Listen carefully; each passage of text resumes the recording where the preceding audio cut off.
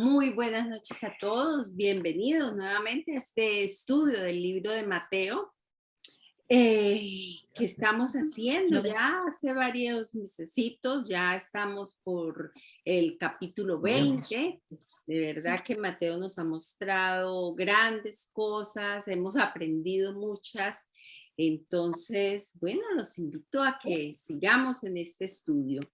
La semana pasada terminamos el capítulo 19 con aquella enseñanza del joven rico, y donde pudimos como aprender y captar toda mm, esa verdad que nos revela allí de aprender a ser más desprendidos, a tratar de imitar esto que Jesús vino y nos mostró. Él se desprendió de su majestad, de su vida de Dios, y vino a ser como hombre. Tantas cosas que pudimos aprender en ese capítulo, que ojalá no haya sido solamente aprendizaje, sino que sean cosas que podamos estar poniendo en práctica.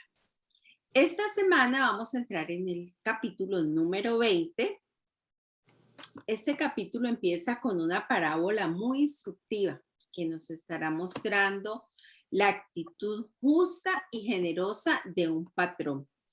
Recordemos que lo que debemos usar para entender unas parábolas, esto lo vimos en capítulos anteriores donde estuvimos viendo las parábolas, que para poder identificar tenemos que buscar como esa verdad, esa enseñanza espiritual que nos deja una parábola. Entonces, también es necesario como tomar todo el contexto, no nos aferremos solamente como a un texto, sino a todo, y mirar cómo esto que estamos aprendiendo, esa palabra, armoniza con otras partes de la palabra de Dios. Sabemos que en la palabra de Dios no hay contradicciones.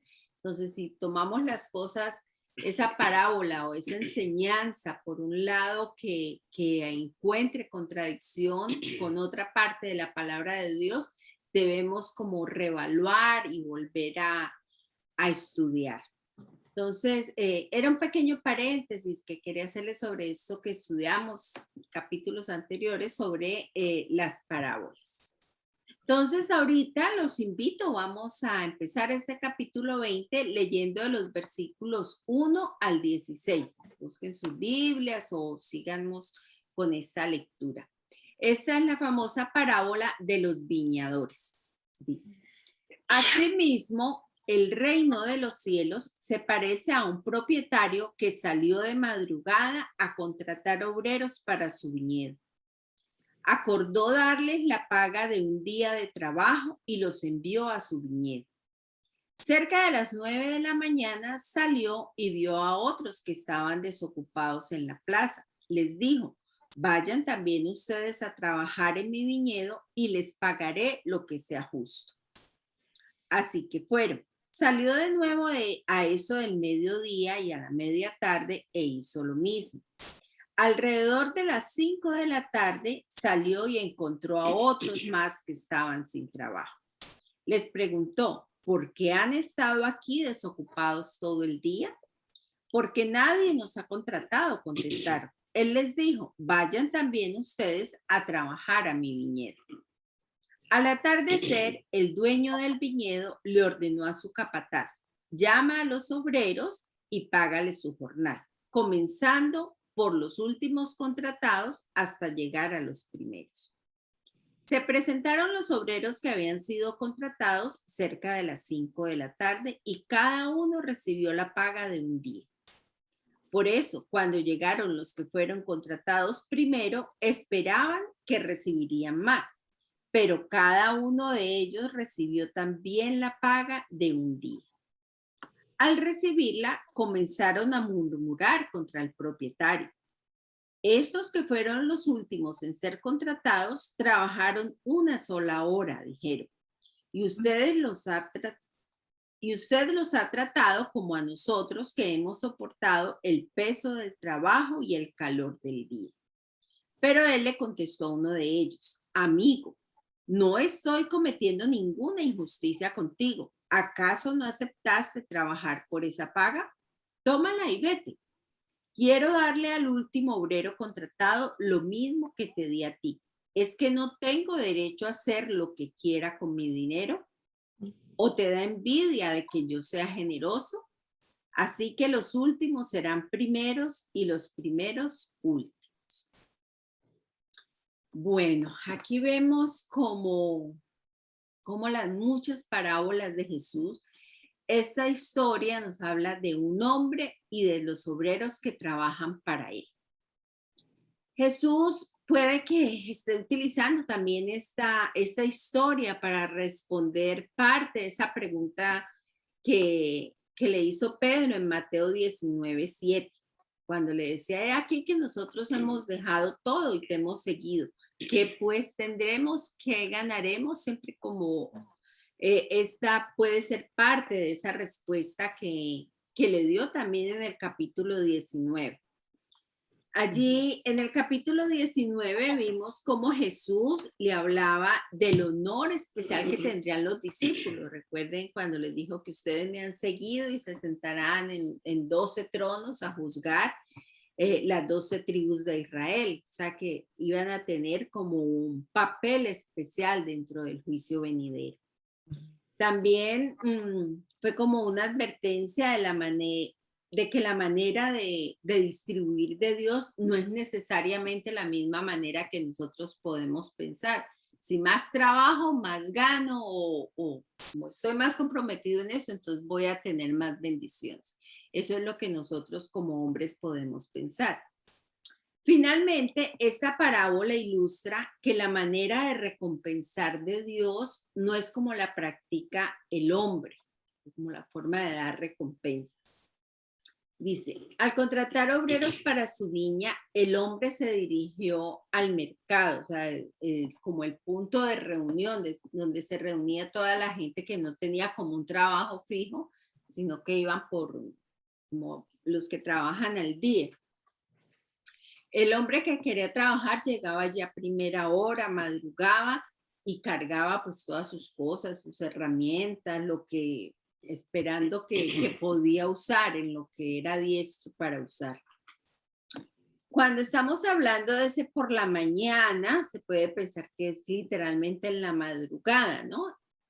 Hay un diagrama que tenemos en el libro que nos muestra que, por ejemplo, la jornada laboral empezaba con la salida del sol y iba hasta el momento de ocultarse el sol. Ese tiempo, ese lapso entre esos dos eventos lo dividían en 12 partes, 12 tramos. Entonces, los obreros que eran contratados cada día laboral se habían acordado trabajar por un denario, como ese espacio, esos 12 tramos de cuando sale el sol hasta que se oculta. Eso fue lo que hicieron los de la madrugada. Y ese era como el arreglo normal que podía hacer cualquier dueño de finca, de lo que fuera, cuando iba allí a ese mercado a buscar gente, trabajaban por un denario diario. Entonces, vemos que la madrugada podía ser esa hora de las 6 de la mañana. Luego dice que él volvió a la tercera hora del día, que si miramos ese diagrama, si nos lo imaginamos, podía estar más o menos a las 9 de la mañana. Dice que volvió a la hora sexta, que serían las 12 del mediodía. Dice que volvió otra vez, sería más o menos 3 de la tarde. Y a la hora undécima, que serían ya como las 5 de la tarde, cerca ya a ocultarse el sol. O 4, perdón. Dice, el hombre prometió a los primeros trabajadores un salario de un día, o sea, de ese tramo, por un denario. A los otros obreros contratados a través del día, allí no se menciona que él les hablara de un salario específico. Él les dice, les pagaré lo justo. Él en ningún momento, dentro de lo que leímos, dice, les voy a pagar un denario. Dice, les pagaré lo justo. Prometió pagarles justamente a los obreros que contrató después. Ahora llega el momento en que el hombre tiene que pagar. Dice que mande a su capataz que los llame para pagarles. Entonces, es así como lo hacen, como son obreros, ese día, cada día tienen su pago, no es como de pronto un obrero que trabajaba fijo en un empleado que le pagan cada semana o cada 15 días, no, aquí él los llamaba a cuentas a diario. Entonces, viene el meollo ese cuando dice, bueno, páguele primero a los últimos. Entonces, estos que llegaron a la hora 11ª, trabajarían más o menos 1 hora. Obviamente estaban emocionados por ser los primeros en ser pagados, y qué más emoción todavía que les pagaran todo el día, como todo el salario entero. Entonces, ¿qué pasó? Que los que trabajaron todo el día vieron que los obreros que habían trabajado 1 hora, pues recibieron todo ese sueldo, ellos se emocionaron. No, pues si estos trabajaron 1 hora y les dieron un denario, entonces nosotros que trabajamos los 12 tramos nos darán 12 denarios, ¿no? Sí, según los cálculos que ellos hacían en su cabeza. Pero miren que dentro de la lectura y todo lo que nos cuenta este libro, hay como un resumen de esto que da Carlos Spurgeon, se llama, ¿cierto? Dice, deja un concepto como muy claro sobre esto. Dice, el orden de pago era importante. Si a los primeros obreros se les hubiese pagado primero, no hubieran tenido el tiempo de desarrollar la expectativa de que había más paga para ellos. Posiblemente los primeros sintieron su vanidad herida al ser pagados después que los otros. Ellos utilizaron su tiempo de espera en considerar su superioridad sobre los recién llegados. O sea, ese tiempo de ver a los otros felices, celebrando, nos pagaron el día entero, entonces a nosotros nos van a dar más. Fue como desarrollar un poco como esa expectativa, lo que dice este autor. Pero cuando ellos reciben cada uno ese denario, a pesar de haber sido contratados muy temprano, ellos fueron pagados por lo que les había prometido, porque fue a los únicos empleados que les dijo, les voy a pagar un denario. Y ellos aceptaron ese trato, ¿no? El hombre hizo lo que les había prometido, pero la suposición, lo que ellos empezaron a maquinar en su mente, fue decepcionada. O sea, ellos sintieron esa decepción tan grande cuando recibieron el mismo denario. Entonces ahí llega que el momento de la queja, como del inconformismo que tenían por haber sido, porque habían sido contratados primero y recibieron igual que los demás. Lo primero que hicieron fue ir a hablar con el propietario y decirle, o sea, no es justo, estamos inconformes con esto. Se ofendieron por lo que había hecho, los trató como de igual a igual con los que trabajaron menos, con los que no soportaron el calor de todo el día. Pero hay algo, y es que el propietario les recordó que él había sido completamente justo con ellos. Él les dijo, ¿he cometido alguna injusticia con ustedes? Él no había quebrado ninguna promesa, él estaba siendo justo. Les ofreció un denario al día, eso les pagó. Allí no había ningún tipo de engaño. Dice que el hombre, este propietario, no hizo nada para explicar por qué lo hizo. O sea, él no dijo, no, es que yo sé, no, él simplemente les dijo, quiero hacerlo. O sea, de pronto en un lenguaje como más brusco, que se me da la gana de hacerlo, quiero hacerlo. Las razones por la generosidad del propietario estaban completamente en él y no en las otras personas. Las razones de la generosidad estaban era en el corazón de él. Él lo hacía porque quería hacerlo y de hecho fue lo que les dijo. Este hombre también los reprendió. ¿Por qué? Por la envidia y el resentimiento de ellos hacia los demás. También declaró fuertemente su derecho de hacer lo que él quería con lo que era suyo. O sea, es mi plata, yo veré si la regalo, si no la regalo, es mi problema, es lo que yo quiero hacer. Y termina con esa declaración diciendo lo que dijo también Jesús cuando habló a sus discípulos en el capítulo 19 que vimos la semana pasada. Los primeros serán postreros y los postreros primeros. Con esas palabras terminamos el capítulo 19 y aquí vemos cómo se retoma nuevamente en el caso de esta parábola. Entonces, significa que Dios recompensará en maneras inesperadas, como lo ilustra esta parábola. Muchas personas piensan que esta parábola se trata de la forma en que las personas llegan a conocer a Dios en diferentes etapas de su vida. Tal vez unos llegan al empezar su vida, otros en la juventud, otros en la adultez, en una edad avanzada, o muchos llegan al final, como lo hizo aquel hombre de la cruz. Llegó justo, ya estaba colgado, ya no tenía tiempo de hacer nada. Ese no tuvo ni siquiera una hora para servir, para hacer algo. Entonces, lo que se esboza aquí, lo que vemos aquí grandemente es la esencia de la gracia de Dios. Cuando Él bendice y recompensa al hombre de acuerdo con su voluntad y placer, como Él quiere.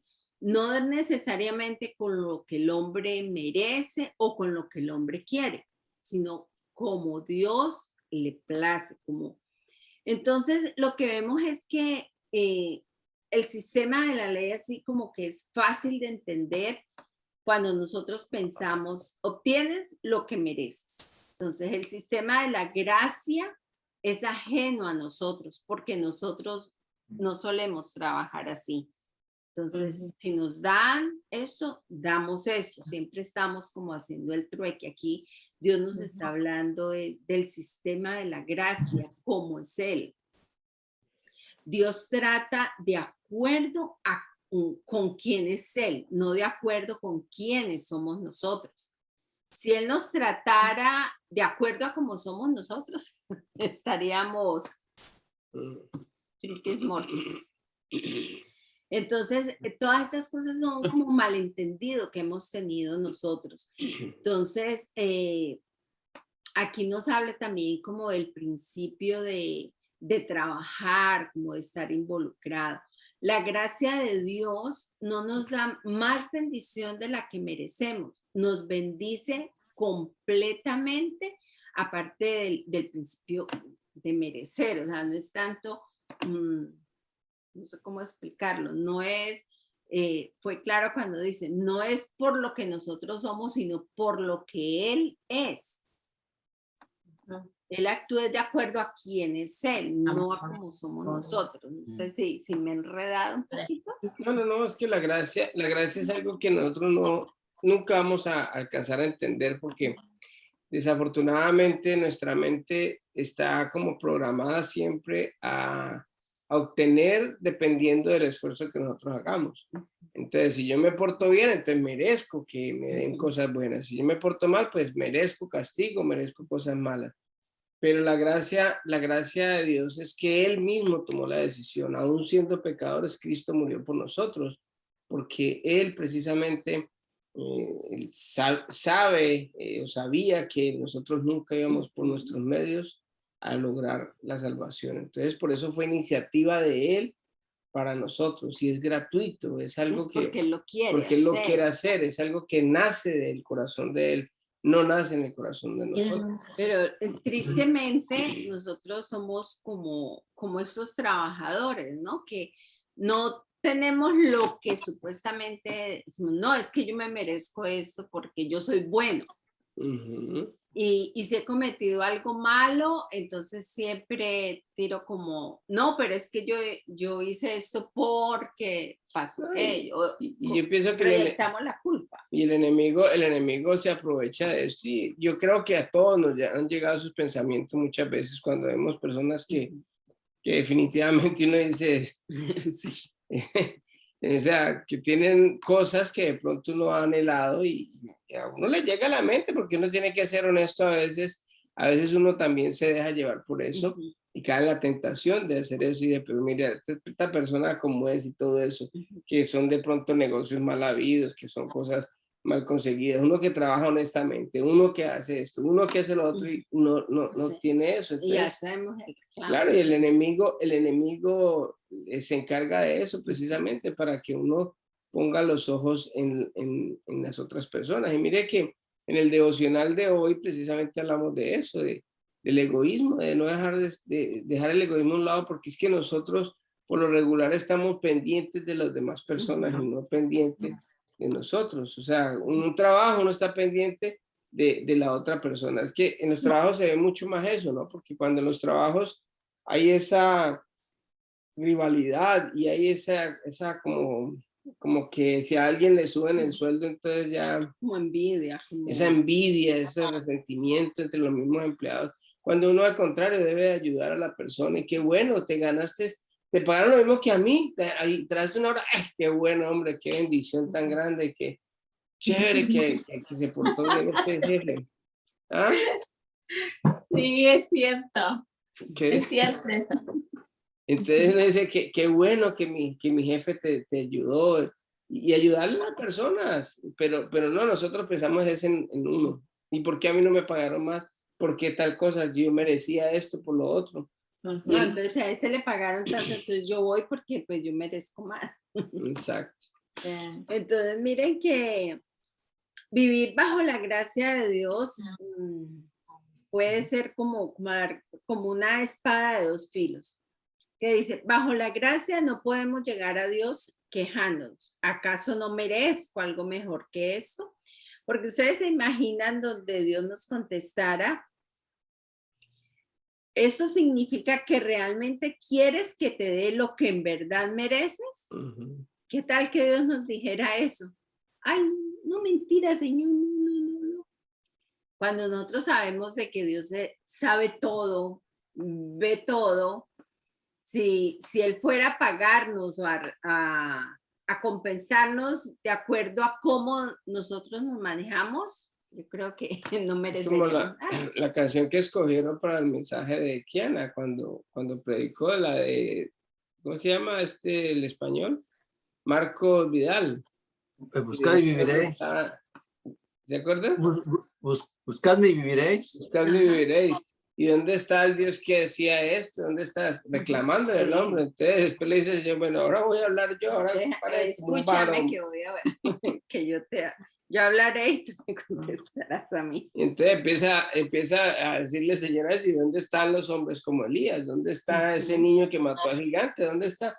Entonces, si a nosotros nos llega a confrontar el Señor, deje así. No, era una chanza. Se da cuenta uno de que verdaderamente lo que uno ha obtenido, lo que uno tiene es demasiado. Y ahí es donde nosotros tenemos que tener en cuenta y ser agradecidos día tras día, porque siempre a veces estamos mirando más lo que tienen otras personas y no lo que tenemos nosotros.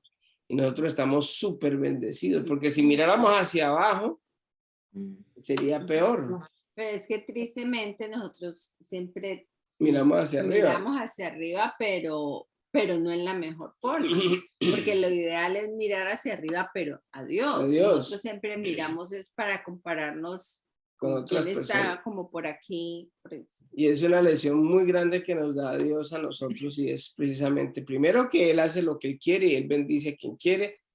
No con eso no quiere decir que uno no esté bendecido, porque es que los de la primera hora están recibiendo bendición. Claro. Tuvieron trabajo, tuvieron el sueldo que les prometieron, o sea, ellos no están dejando de recibir nada. Sería diferente si él hubiera pagado a los últimos denarios y a los primeros de no, usted no le va a pagar. Exacto. Y recibieron lo pactado. Y así somos nosotros, o sea, nosotros somos bendecidos. Lo que pasa es que de pronto queremos que nos bendiga o que nos dé lo que de pronto creemos. Lo que nosotros pensamos que es, porque, o sea, es como querer que Dios haga y piense las cosas como nosotros lo sentimos. Y de verdad que no hay. Dime qué.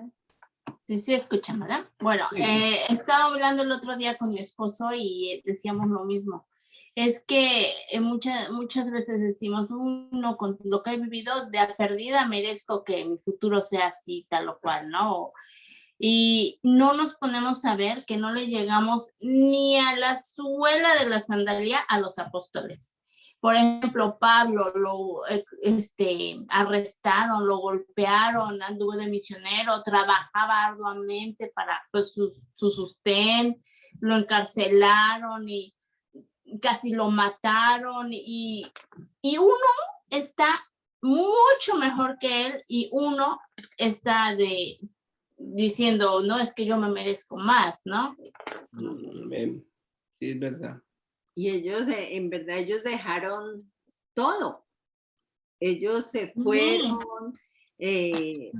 entregaron 3 años con él a caminar, a seguirlo y nosotros nos piden de pronto por ahí ir un domingo al servicio, atender 1 horita, 2 horitas, un servicio los domingos y un devocional, 10 minuticos en la mañana y no lo hacemos. Mira el mundo de gente que hay. El mundo en el que estamos. Amén. Pues sí, gracias a Vamos Dios. a ver un poco que no venían aquí. Y aún así, Y aún así bendice a aquella gente. ¿Sí me entiende? Ahí es. Por eso es un ejemplo, porque aún así bendice a la gente. Amén. Por eso en otra versión le dice, oh, tienes tú envidia porque yo soy bueno. Por eso cuando le decían Jesús, Señor, bueno, dice, yo no soy, el único bueno es mi Padre, porque él conocía muy bien su Padre. Sí, Jesús veía la perspectiva de su Padre. En cambio, siempre nosotros veíamos nuestro interior, ¿no? Nuestro yo. Volvemos a nuestro ego, ¿no? Y egocentrismo, y pues no compartimos, ¿no? Sí. Nuestra naturaleza, pero se puede luchar día a día, ¿no? Sí. Mire que, por ejemplo, si vamos a los tiempos de los fariseos, vemos que, por ejemplo, ellos con el ladrón, con el último, el que estaba en la cruz, yo creo que cuando vean esos fariseos, de pronto ellos dirán, pero ¿esto por qué están aquí? Estos no merecían estar aquí, estos deberían este tipo era un ladrón, este tipo era tal cosa. Entonces es bien tenaz, porque yo creo que en esta parte de esta parábola también está hablando acerca de los judíos, ¿no? Los judíos fueron escogidos desde Abraham y estaban primero, digamos, ellos empezaron desde Abraham, nosotros llegamos 2000 años después. Y nosotros podemos, o sea, nosotros que hemos recibido a Jesucristo como ya de Salvador, tenemos la salvación, y muchos de ellos inclusive no la tendrán. ¿Sí? No, y que muchos estamos de pronto ya disfrutando aquí de esas bendiciones. Claro, entonces puede ser también una comparación con el pueblo judío, que empezó desde temprano, y nosotros tenemos la misma bendición de ellos, y somos salvos por gracia, no porque seamos descendientes. No porque seamos los descendientes directos de Abraham, sino que simplemente nosotros, por creer, por fe en Jesucristo, es que nosotros hoy somos salvos. Y eso es gracia. Nosotros no nos sabemos la Biblia como se la saben ellos. Ellos a los 12 años ya se la saben de memoria.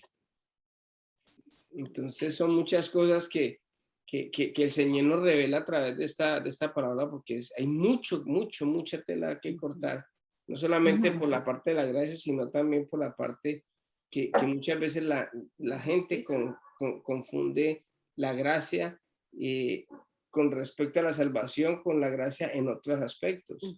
Sí, hoy hablábamos con mi esposa y precisamente hablábamos acerca de lo que es las leyes espirituales. Hay una ley que el Señor estableció, que es la siembra y la cosecha.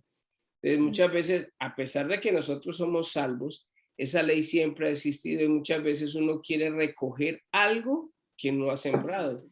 Entonces también uno dice, no, pero es que yo soy hijo de Dios, que es que yo por gracia, es que yo, así como en esta parábola, y de pronto se pueden sostener esta parábola de, no, pues es que mire que a los últimos le pagaron todo, entonces yo también tengo derecho a muchas cosas que de pronto estoy anhelando, pero hay cosas que se basan en la cuestión de las leyes espirituales. Y no es que Dios, por ejemplo, el que siembra rencor va a recibir rencor. Entonces dice, pero ¿y la gracia dónde está? ¿O por qué yo estoy recibiendo La esto? consecuencia, ¿no? Es la consecuencia de los actos. El que roba, pues no va de pronto a parar una cárcel. El que hace cualquier otra cosa, daño a otra persona, pues va a recibir daño. ¿Y por qué yo recibí daño?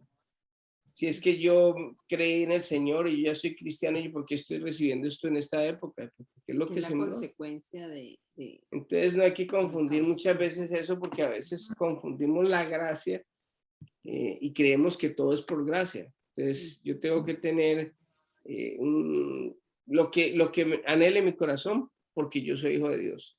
Y mucha gente confunde eso. De hecho, hay otras religiones que la gente habla, no, es que Dios es tan bueno que yo hago lo que yo quiero y yo sé que el día que me muera, yo voy para el cielo. ¿Y por qué? Porque yo he sido bueno, porque yo no robo, yo no mato. Resulta de que eso no es así. O sea, nosotros vamos al cielo es porque Jesucristo murió por nosotros. Es que Punto, porque es la voluntad de Él, porque Él es, es bueno. No porque yo sea bueno, sino porque Él es bueno, porque murió por mis pecados y pagó ese precio y yo puedo llegar al Padre gracias a Jesucristo. sí, porque es la esencia de él.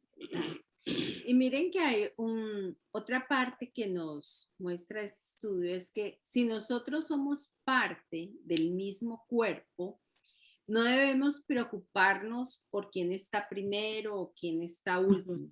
Pues imagínense siendo parte de un cuerpo que el pie haga huelga porque la cabeza está arriba del pie o porque el ojo es el que ve o por tantas otras partes del cuerpo. Igual, miren que lo que el ojo ve ayuda para ver por dónde va a pisar el pie. O sea, cada uno tiene como su función. Y todos juntos formamos un ser y podemos cumplir algo.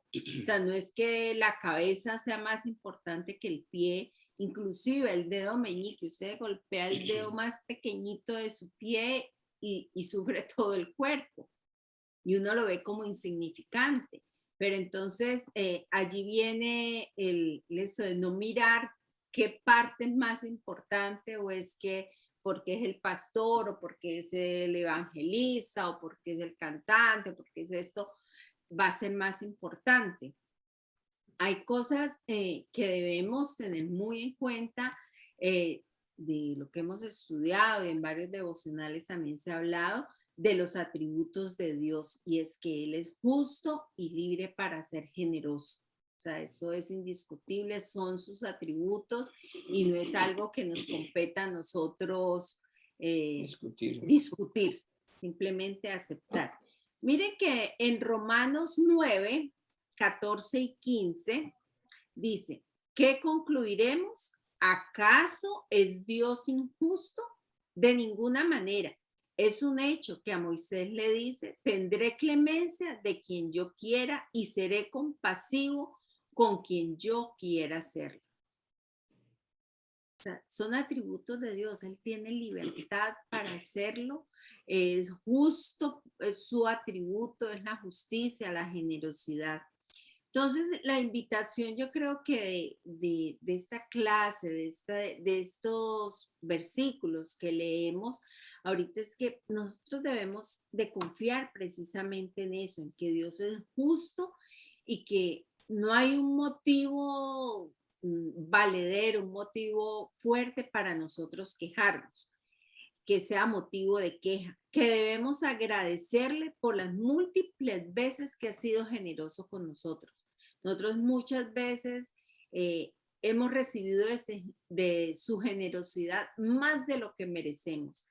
Todos los pecados que Él nos ha perdonado, pero entonces ya nos perdona, entonces ya, no, yo ya me siento como más arriba de los demás, y no, nosotros debemos aprender a darle gracias a Él y a tratar de verlo en esa faceta, que Él es justo y es generoso, y Él reparte y hace lo que Él quiere, con quien quiere y como quiere. Nos pagó el denario a todos, Sí. sino que a otros tiene la gracia, porque Dios Uh-huh. sabe así en qué momento, qué persona puede bendecir, puede sacar esa gracia, y quién de pronto, pues simplemente mejor dejarlo así, porque a veces le puede hacer daño a uno. Exacto. Entonces, con eso concluimos la primera parte. Ahorita tenemos 2 versículos más para leer de este capítulo 20, que es cuando Jesús predice de nuevo su muerte. Entonces, vamos a leer del 17 al 19. Dice: mientras subía Jesús rumbo a Jerusalén, tomó aparte los 12 discípulos y les dijo: ahora vamos rumbo a Jerusalén, y el Hijo del Hombre será entregado a los jefes de los sacerdotes y a los maestros de la ley. Ellos lo condenarán a muerte y lo entregarán a los gentiles para que se burlen de él, lo azoten y lo crucifiquen. Pero al tercer día resucitará. Entonces, en los capítulos anteriores vimos cuando él hizo su primer anuncio de la muerte, que lo hizo a sus discípulos en la ciudad de Cesarea de Filipo. Eso lo vimos en el Mateo 19, cuando iniciamos todo este semestre del retiro. Ese segundo anuncio ya después lo hizo en Galilea, que lo estudiamos en Mateo 17, que también fue durante el semestre de retiro, como lo dividimos. Este tercer anuncio que está haciendo aquí, lo está haciendo cuando va a Jerusalén, y ya empezamos ese semestre de entrega, ya vamos como en ese camino más cercano a ser entregado en este capítulo 20. Aquí Jesús nuevamente revela, les muestra ese destino que él va a tener, lo que le espera a él en Jerusalén. De pronto esto no fue una sorpresa para los discípulos. Aún, pues en las anteriores veces Jesús no les había dicho todo como específicamente. Él hizo que de pronto fuera más fácil para ellos, pues con todo esto de la fiesta de la Pascua, como se estaban preparando para ir a Jerusalén. Y nuevamente vuelve y les dice, pero él vea, no se nota como una reacción de los discípulos. Al parecer como que ellos como que hicieron los de oído sordo a lo que él les decía, porque de pronto la expectativa de ellos, como la de todos allí era, lo hemos dicho ya varias veces, que era que él venía como a establecer un reino político inmediato, algo de gobierno. Entonces eso como que lo que él les estaba diciendo como que se oponía a lo que ellos creían que iba a suceder, como que no hacía mucho. No querían escuchar eso. No querían escucharlo, entonces no reaccionaban ante eso, lo pasaron por alto. Pero aquí él fue mucho más específico, predijo cosas sobre las que no tenía como aparente control. Posiblemente él pudo haber sido entregado a las autoridades religiosas sin haber pasado por algunas cosas, ¿no? Él no planificó su propia traición, sin embargo dijo con confianza que iba a pasar. Les dijo ser entregado. Jesús predijo también que los líderes religiosos serían los que harían esto. Sin embargo, pues no sería algo como que uno planeara con antelación, ¿no? Él sabía esto de los judíos, que los judíos no tenían como la autoridad para llevar a cabo este tipo de castigo ellos mismos. Sin embargo, ellos también estos líderes religiosos judíos habían ya decapitado hombres sin importar esa prohibición. Lo vimos con la muerte de Esteban. Ellos fueron los que realizaron esto. Pero lo que sí él estaba seguro era que él sería entregado a los gentiles. La crucifixión no era la única manera en que los criminales eran ejecutados bajo los romanos, pero Jesús sí sabía que así sería como él iba a ser ejecutado. Entonces esa es la primera mención, la primera vez que él menciona sobre la muerte por la parte de los gentiles, y sabemos de que solo los romanos podían crucificar a la gente, era como el estilo de ellos hacerlo. Entonces, si nosotros nos remontamos y como a ver toda esa imagen, allí él estaba padeciendo como el sufrimiento por la deslealtad de sus amigos. Él mismo sabía que lo iban a negar, que lo iban a esconder, la injusticia que podía pasar, los insultos, todo lo que iba a padecer, el dolor físico, la humillación, la degradación, porque la muerte en la cruz era de lo peor que había. Pero también había algo, y era que el tercer día él iba a resucitar. Esa era la promesa. Esto era algo que podemos decir que en el momento, ante los ojos de los discípulos, y lo que ellos podían oír era que él no iba a tener control después de la muerte. ¿Qué control iba a tener él para resucitarse a sí mismo? Entonces, sin embargo, él con mucha confianza, él anunció a sus discípulos que esto pasaría, no porque estuviera en control de él, sino porque él conocía al Padre. O sea, no estaba en sus manos, pero él sabía en manos de quién estaba, porque él conocía a su Padre y lo que él le había dicho. Y lo más importante de todo es que él confiaba en su Padre. Él no tenía el poder en sí mismo para resucitarse a sí mismo, pero sabía que Dios se lo había prometido, su Padre lo había prometido, él lo conocía y sabía que lo iba a cumplir. Mire que en el capítulo 19, cuando llega el joven rico, el Señor le dice precisamente que deje todos sus bienes y los venda a los pobres. Y entonces ellos dicen que qué difícil es que una persona se salve. Sí. Y entonces el Señor empieza a comentarle y a decirle precisamente eso, que cuando Él se siente en el trono, van a ver las personas que aparentemente son importantes ahora van a ser, que no son importantes, lo menos importantes van a ser más importantes, y de pronto los otros que sean importantes ahora ya no van a ser tan importantes. Y viene la parábola de la que acabamos de ver del trabajo, que los primeros son los últimos. Entonces vemos la secuencia como el Señor empieza desde el capítulo 19 a hablar de la parte celestial, de la parte del cielo, de lo que Él va a llegar a hacer, como borrarles y quitarles esa mentalidad a los seguidores precisamente de eso, porque ellos están pensando en la parte material, en el rico, en que es imposible salvarse. Entonces es un don de quién, cómo hace uno para salvarse si este hombre que era bueno, que era justo y todo eso no lo puedo salvar. Entonces ¿cómo vamos a hacer nosotros? ¿Y qué vamos a recibir nosotros los que hemos? Sí, porque siempre estaban en la pregunta directa que le hizo Pedro. Ajá, entonces el Señor le muestra precisamente que en el cielo se manejan las cosas diferentes a como son aquí en la tierra.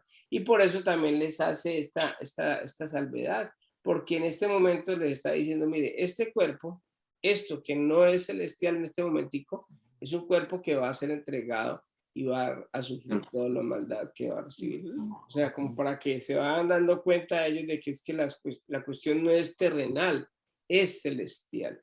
Y nosotros lo que tenemos que tener en cuenta y ponernos ojos siempre es en lo celestial, en lo que Dios tiene para nosotros, que es la salvación, que es la vida eterna, que nosotros nos hemos ganado eso, no porque seamos buenos, sino porque Dios nos ha dado ese privilegio, y Él a los últimos serán los primeros. Y mire que en los últimos versículos está leyendo aquí, cuando el Señor le habló a Pedro en el 19, mire lo que dice. Y Jesús le respondió. Les aseguro que cuando el mundo, Les aseguro que cuando el mundo se renueve y el Hijo del Hombre se siente sobre su trono glorioso, ustedes que han sido mis seguidores también se sentarán en 12 tronos para juzgar a las tribus de Israel. Y todo el que haya dejado casas o hermanos o hermanas o padre o madre o hijos o bienes por mi causa, recibirá 100 veces más a cambio y heredará la vida eterna. Pero muchos que ahora son los más importantes, en ese día serán los menos importantes. Y aquellos que ahora parecen menos importantes, en ese día serán los más Sí, importantes. es como se asemeja, digamos, a la parte religiosa, a la parte judía. Los judíos en esa época eran los importantes, nosotros éramos perros. Para ellos, éramos los perros porque somos gentiles. Entonces, ¿cómo va a ser ese cambio del Señor que hace celestial para que nosotros podamos tener esa oportunidad hoy, precisamente, de ser salvos, de ser hijos de Dios? Y para cualquier persona que hoy en día quiera hacer eso, el Señor tiene esa bendición para el que quiera hacerlo. No sé si de pronto ustedes tienen algo para aportar.